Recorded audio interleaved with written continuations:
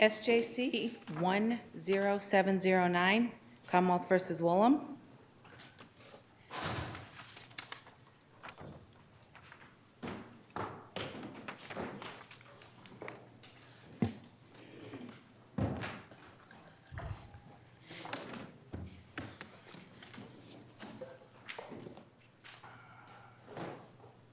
Excuse me.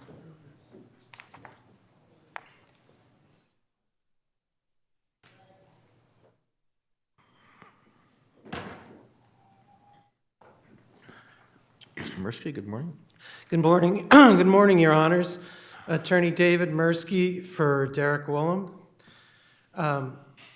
There are numerous issues that I'd like to discuss. I am raising a grand jury issue that was previously addressed in the Holly case. Right, and how can you not have cited Holly in your brief? It's in the reply brief, I believe, Your Honor. Yeah. It it's wasn't referenced, but decided at the time. This was filed before. At the time you filed your brief, Holly had not been decided? Right, it wasn't decided. And actually, this case has more of a record than Holly because we had two evidentiary hearings and an oral argument. And during the evidentiary hearings, both trial counsel indicated that it's the inherent prejudice of having police in an interrogation in a grand jury room, and that raised this possibility that all the testimony could be changed by the presence of the police. And the judge, motion judge herself, who was not the trial judge but is an experienced trial attorney, as a district attorney, assistant district attorney, also noted that there's the prejudice and also appeared in two of the hearings, the June 27th and the September 12th hearing, to be in a way flabbergasted why didn't trial counsel move to dismiss. And when trial counsel was brought in, the lead counsel, first we had the junior counsel. That was the person I was able to discuss matters with. I was not able to reach the trial counsel, and he actually was brought in by the court because he was in court on the day that of his hearing, and they asked him to come in. And apparently the Commonwealth had there's discussion in the September oral argument about the need to bring him in. And I had not discussed the case with him. How do you distinguish Holly, though? I'm just not sure all the background's helpful unless you tell us why we're not just going to follow Holly again. Judge Dupuis, as you say, an experienced former prosecutor, she denies the motion, right? Is she the judge in this case? She followed the Judge Kane's decision in the Holly. The Judge Kane had an affidavit before him where the trial counsel said she did not know the law, and that's why she did not move to dismiss. The holding of Holly appears to rest on U.S. versus Mechanic, which is a U.S. Supreme Court case which has factually nothing to do with this case. It involved two law enforcement officers testifying in tandem, and that was the violation. Whereas in this case, and in the Holly case, you had the investigating police officers, virtually almost every witness. Interestingly, in the Woollam case, they didn't need them. If we presume, which I am, that they're there because they know, the government knows that they're bringing pressure and that they are coercive by their presence. It's interesting that they weren't brought in for the cooperating witness that they had, Michael Pacheco. He didn't have police at his grand jury hearing. He had what appears to be a very sweet deal, which he misrepresented to the jury, and which he had virtually, he had 13 serious crimes, which he testified he pled Defense- guilty to and had probation when actually they were dismissed or filed. This evidence comes in on cross from defense counsel, right? So the defense. It doesn't come in cleanly, and it doesn't come in, and I know, but the defense doesn't make any effort. The defense knows it's inaccurate too, right? Doesn't make any attempt to correct it? no, I would say defense is ineffective, Your Honor, and defense did not use the records that they had, which, Do you argue that it's ineffective? yes, I do. I argue it as both prosecutorial misconduct and ineffective assistance, and I like to, But the point gets made that he had, as you said, a sweetheart deal. That was ample in front of the jury. it's not made the way, what I would say, Your Honor, is to look at the record appendix at pages RA 302 to 304, which is Mr. Woollam's co-defendant, Dylan Hodgate, was tried. Mr. Pacheco testified there. He was impeached with the record directly, and he was forced to admit that the charges were dismissed or filed, and Mr. Hodgate was acquitted. So we have serious facts here that look like something bad happened. Also, I would say that in the interrogation, I just want to follow up on that point, because what the defendant is minimizing what happens to him, right? Which in certain ways suggests. Cooperating witness, you mean? you mean the witness? Yeah, excuse me, the cooperating witness is minimizing the outcomes of these cases, right? Even though we know what he's accused of. I'm just trying to understand which way that cuts a little bit here. Well, what he's doing, first of all, he's not admitting that he's a cooperating witness. He's not admitting that he has a deal, and it's not made clear by the prosecution. That evidence isn't really coming into the jury, and it's made muddy. And I disagree with the motion judge's findings, and the motion judge was not the trial judge, that it was just a matter of confusion. This person knew what he got. He was involved in apparently serious drug dealing offenses, and wasn't charged for them. He had violent, carrying mace, that sort of thing. Violent charges against him that were dismissed or filed, and it didn't come in the clean way that it does in the Hodgate trial. When you use the record, when you use the available record to just say to this witness, look, this is what happened to you. It wasn't, you didn't plead guilty, you got dismissed. And I think a jury knows the difference. That's a big difference. And the jury's going to feel that. Not only that this witness got his case is dismissed and not pleading guilty, but actually that he's misrepresenting it to the jury right now at the trial. And also that the prosecutor doesn't have enough confidence in his case to go forward without allowing this sort of misrepresentation to occur. And it's a record, and there's a U.S. Supreme Court case, Rompilla versus Beard. If you have an available record, counsel should be using that. So defense counsel is cross-examining. The evidence comes in an oversimplified, or you say inaccurate way. And the prosecution should be jumping up and correcting this, even though defense counsel isn't.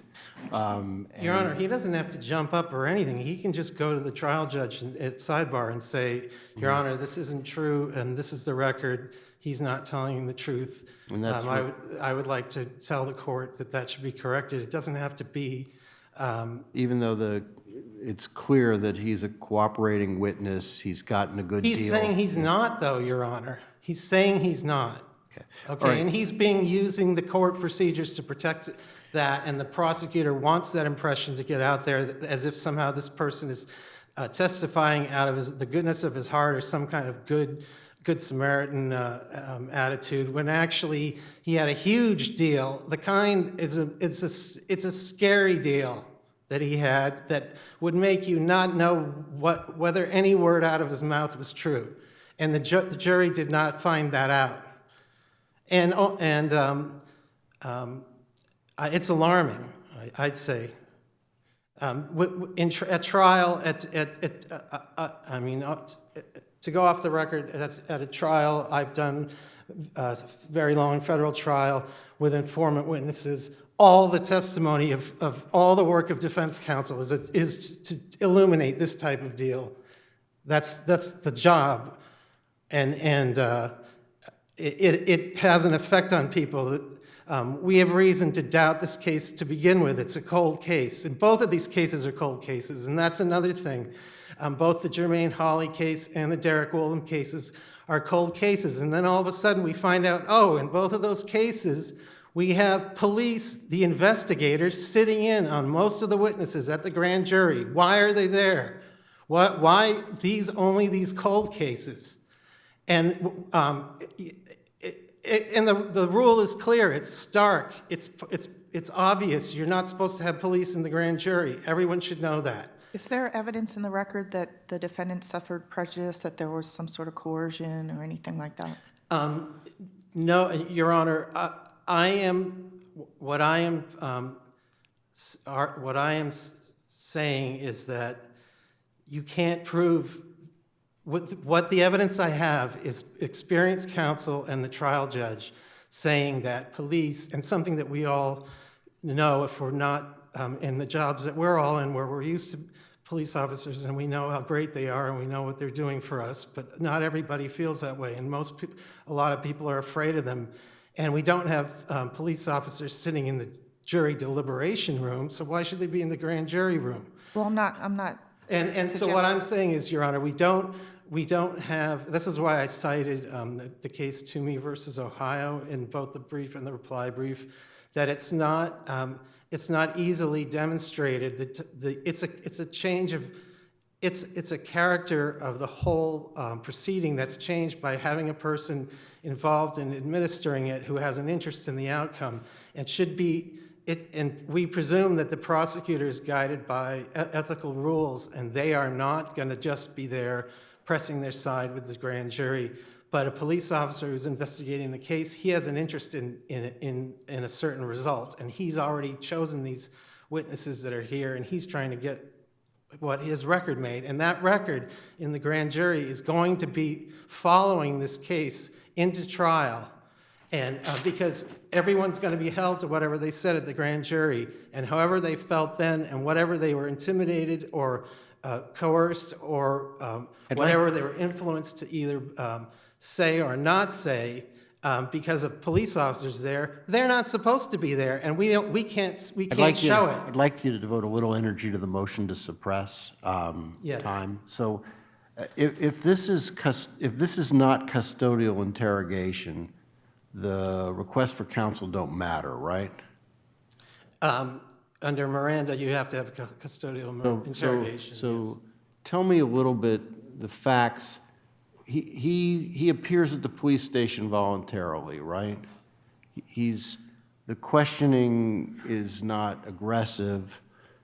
He at one point says he trusts the officer 100% or something. Do they have a past relationship, this officer and the defendant? I don't know, Your Honor, but I'm focusing on the custody that I'm focusing on is from, they read him Miranda rights. He invoked them 7 times or 7 or 8 times. One of the times was, I plead the 5th, and they just ignored it. And so he had no But reason. again, I understand they've read him the Miranda rights, but is that dispositive of the issue of whether he's in custody or not? No, Your Honor, but what it is showing them, what it is showing this witness, this suspect, is that it would give a reasonable person the belief that they have to talk because they've been given the Miranda rights, they've been told they have a right to counsel, and they are invoking it 7 times. I mean, do we have a number how many times they have to say it before they can invoke the Miranda, their right to counsel? We're looking at custody.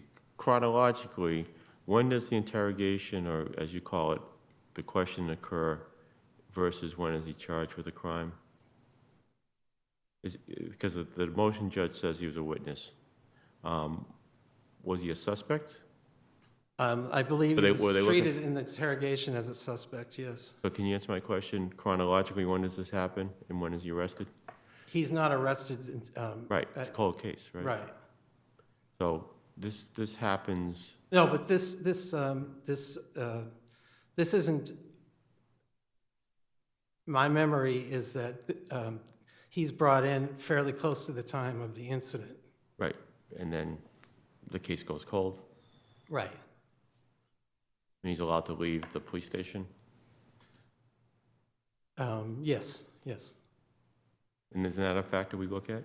Yes, that's a factor you look at, but well, what I'm saying is, yes, Your Honor, and I understand that if you had a different situation where a person was not being interrogated by two law enforcement officers in a police station, and we don't have a video of this, which we should have, and we don't, the prosecution didn't provide, and if that's mentioned at the suppression hearing in March 2008. Well, that could be part of the record, and it's not? Is that what you're saying?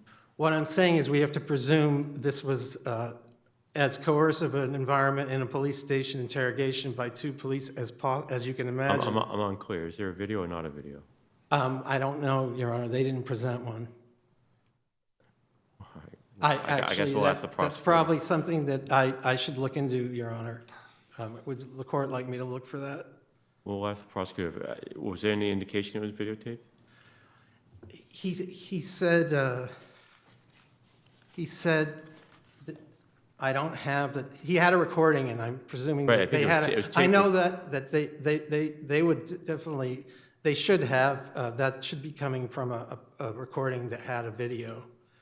I thought Judge Kane said it was tape recorded, but I may be mistaken. Anyway, we'll... That's something I'm unclear on also, Your Honor. But I'm saying, though, that they don't have that, but what we do have is two police officers in what appears to be an interrogation room, and they're questioning Mr. Woollam, and they're asking him questions about his personal conduct related to the matters they're investigating, and they start out giving him his Miranda warnings, and the Miranda warning says you have a right to counsel, you have a right to remain silent, you have a right to counsel if you request, and he requested 7 times, and they kept going over that. Though Judge Kane focuses on the fact that he says, I want to talk about certain things but not others. Is that distinction, and they're pretty consistent. There may be one time where they violate that, but if he does that, can they keep questioning him? If he makes I'm going to talk about this, but I'm not going to talk about that, and there's a sort of clear recognition of that barrier throughout the questioning. It's a 21-minute interview, right? It's not a long interview. Well, I'm focusing on when he said he'd like to speak to his But I'm lawyer. asking about the principle. There are a couple of cases, Westmoreland and Manville, where they talk about this, well, maybe those aren't the cases, but there are a couple of cases out there that say that you can draw this distinction. I'll talk about this and not talk about that, right? Well, And in that's the what- moments and when that's- he's asking for counsel, he's not doing that. He's saying he Well, wants... no, I read most of the back and forth. Each time, he does say, I'll talk about this, but I'm not going to talk about that. There's one time where he's, just what you correctly point out, he says, I don't want to talk about anything, right? But other than that, he seems to be abiding by this distinction, and so are the officers. What do we make of that? Is that correct law, that you can waive as to some and keep talking? I don't think that's pertinent to the decision, Your Honor. Well, it's clearly pertinent. It's a big part of Judge Kane's decision, isn't it? I don't think it's pertinent to the law of Miranda. What I'm saying is that that Miranda, he got his Miranda rights, and they were no way going to honor them, and he's in police custody. If I'm at the police station with 2 police officers asking me about a murder, and So those And two, I asked for counsel, and I say I plead the fifth, that he said that also. And they don't stop, then that's, I'm saying not only that's custody and also that's interrogation, what obviously. is Westmoreland still good law, or is it not good law? I don't know about Westmoreland, Your Honor. I see what you're saying, that I know that distinction, he said that he will talk about some things but not others, but when he asked for counsel, he was trying to stop he was trying to stop the interview or interrogation, and he was not permitted to do that. If Your Honor would permit, I'd like to move to a different issue. I'm afraid your time is up, so we'll have to rely upon your brief for that. Okay, thank you, Your Honors. Ms. Cho?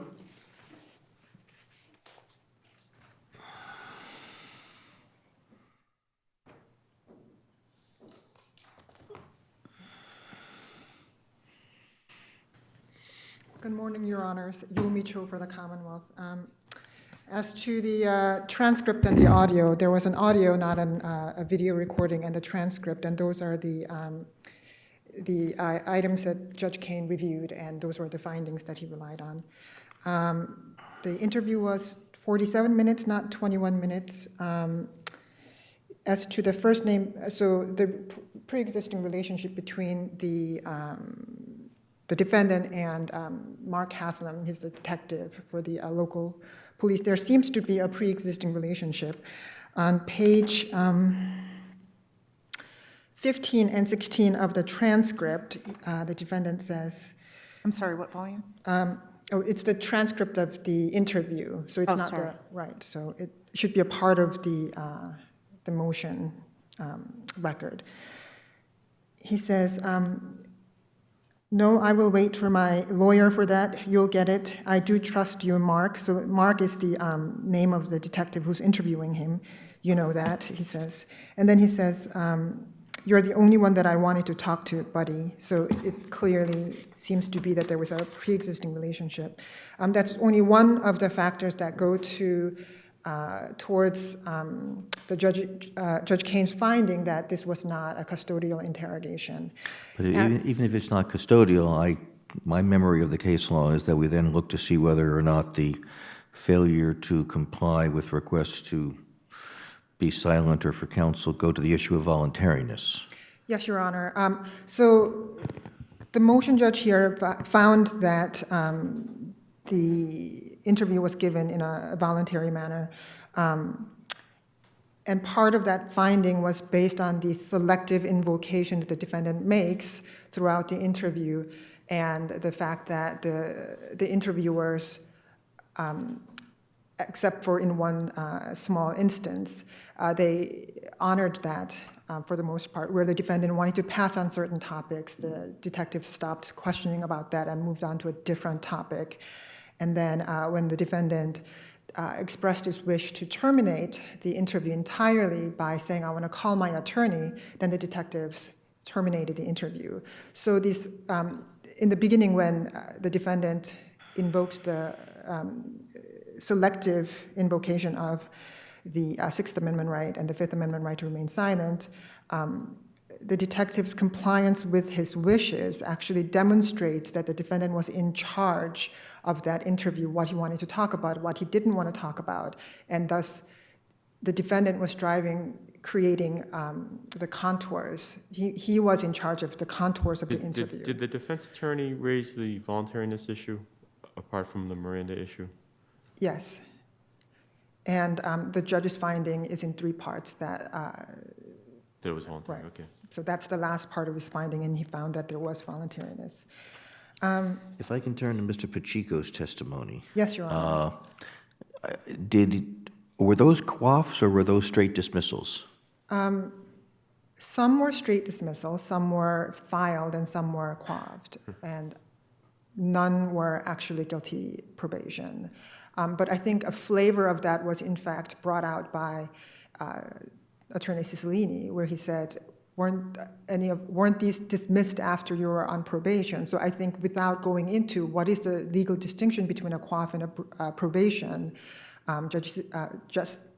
Attorney Cicilline did bring that out because this witness clearly didn't really know what was on his bob. He knew that he was arrested 3 times, but he didn't know that it looked like that on his bob. That's what he said. So rather than straining the jury's interest or their attention on the minutiae of how a bob appears on the record, I think it was perfectly reasonable to conduct the cross-examination in this manner. I just wanted to... Your brother argues that it's not clear he's a cooperating witness. What's your understanding of what the jury was presented with about the witness? That so what came out in the cross-examination was that the witness had 13 district court drug and violent offenses on his bob. And prior to taking the stand, so prior to testifying in the jury trial, the witness had all these sweetheart deals, and then he testified. So 1, that he was in fact guilty of all these offenses. 2, that he had a deal of some sort with the Commonwealth. And then after that was all worked out for himself, then he took the stand. So I think that came out clearly on the cross-examination.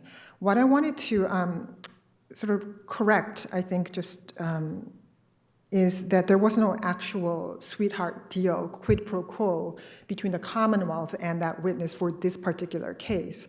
In a very lengthy sidebar appearing at volume 6, page 41, the prosecutor tells the court that the disposition on those district court cases, all 13 of them that's at the center of this issue, was for the witness, his involvement in a completely different case. So this case, this Derek Woollam case, had nothing to do with the disposition of the witness's Fall River District Court offenses.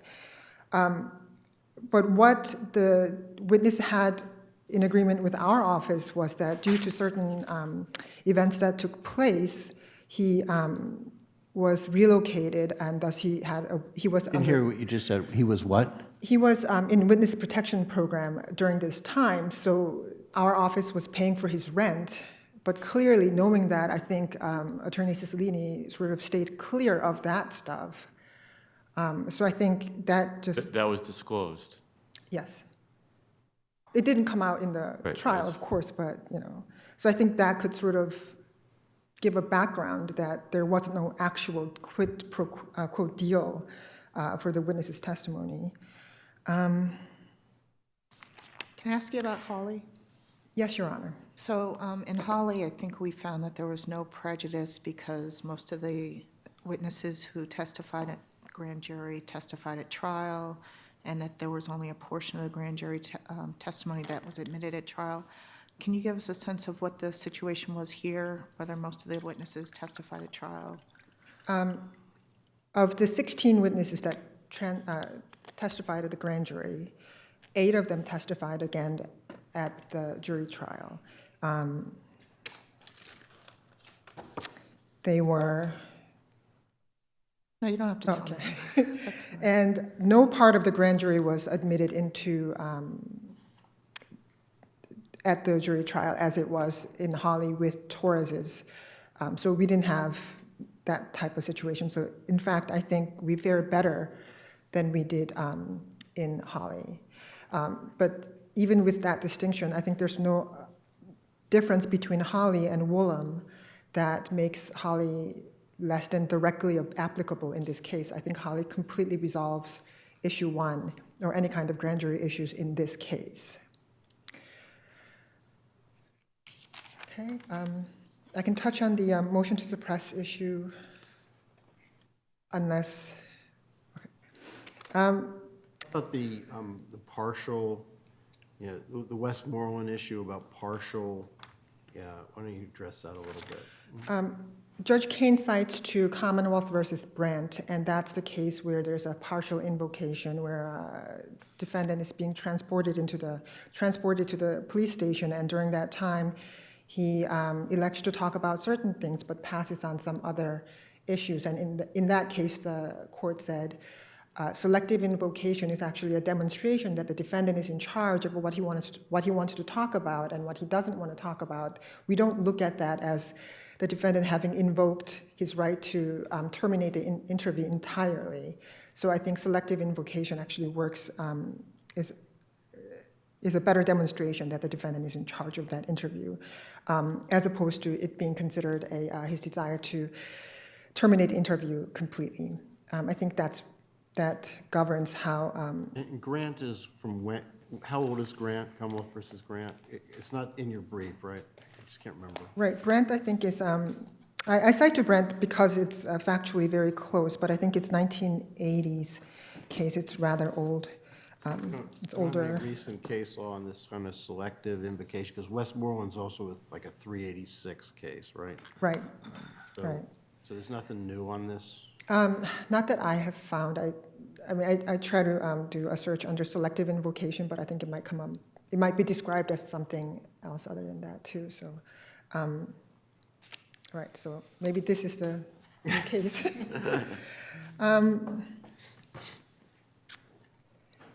If there are no other questions, I just ask that based on the strong evidence of the defendant's motive and his opportunity to commit the murder and strong evidence of his consciousness of guilt evidence, we ask that this court affirms the defendant's conviction for murder in the first degree.